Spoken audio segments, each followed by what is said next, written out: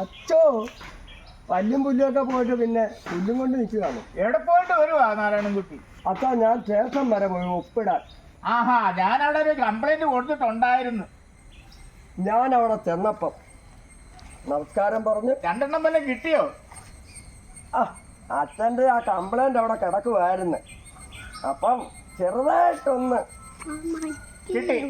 പണ്ടൊക്കെ ആയിരുന്നു ഗോതമ്പുണ്ടയൊക്കെ തിന്ന് 650 രൂപ ശമ്പളമൊക്കെ വാങ്ങിച്ചിറങ്ങി വരുന്നത്. ഇപ്പം അതൊന്നും പറ്റത്തില്ല. ഇപ്പം അവരങ്ങ് ഇടിച്ചങ്ങ് അകത്ത് കയറ്റും. അതുകൊണ്ട് സൂക്ഷിച്ച് മര്യാദയ്ക്കൊക്കെ നടന്നാൽ നിനക്ക് നല്ലത്. അച്ഛാ ഞാൻ അവിടെ ചെന്നപ്പം ഒപ്പിട്ട് കഴിഞ്ഞപ്പം ഇരിക്കാൻ പറഞ്ഞു, കുടിക്കാൻ വെള്ളവും തന്നു. അത് കഴിഞ്ഞപ്പോഴാണ് അച്ഛൻ്റെ പരാതി നോക്കുന്നത്. ആ SI പറഞ്ഞ് എനിക്ക് കൊണ്ടുവരാ പ്രായമായ തള്ളയും തന്തി.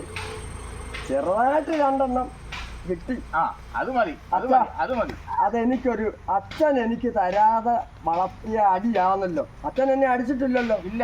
ഇന്ന് എനിക്ക് ആദ്യമായിട്ട് അടി കിട്ടുക. അതുകൊണ്ടാ നിനക്ക് അടി കിട്ടാൻ തോന്നി. ഞാൻ പല ഗുണ്ടായുസം കാണിച്ചിട്ടുണ്ട്, പല കേസുണ്ടാക്കിയിട്ടുണ്ട്. എനിക്ക് തലോടലും മസിൽ കയറ്റുന്ന ആഹാരമൊക്കെ ആയിരുന്നു എന്നെ വഷളാക്കിയത്.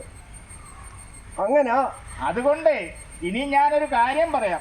ഇതെല്ലാം കളഞ്ഞിട്ട് നല്ല നടപ്പ് അനുസരിച്ചിട്ട് മര്യാദയ്ക്ക് വീട്ടിലെ കാര്യങ്ങളും കൃഷികളും ഒക്കെ നോക്കി എൻ്റെ കൂടെ താമസിക്കാന്നുണ്ടെങ്കിൽ താമസിക്കേ. ഇല്ലെങ്കിൽ ഞാനും നോക്കട്ടെ. എന്നോട് ക്ഷമിക്കണം. ഇനിയുള്ള കാലം ഞാൻ എൻ്റെ അക്രമവും ഗുണ്ടായുസവും ഒക്കെ നിർത്തി. ആ കാലം കഴിഞ്ഞുപോയി. അച്ഛനെ അമ്മയും പെങ്ങളെയും അളിയനോടും ആരോടും വഴക്ക് കൂടാതെ ഈ സ്വത്തുക്കളൊക്കെ നോക്കി നടത്തി ഞാൻ അച്ഛനെ നോക്കാൻ ഇവിടെ അങ്ങ് ജീവിച്ചോളാം. അങ്ങനെ ഒരു ചിന്താഗതി നിനക്ക് തോന്നിയിട്ടുണ്ടെങ്കിൽ ഞാൻ വീണ്ടും ഒന്ന് ആലോചിക്കട്ടെ. നീ ആലിപ്പോ അങ്ങോട്ട് പോ. അച്ഛാ എന്നെ കൈവടിയരുത്. നോക്കട്ടെ.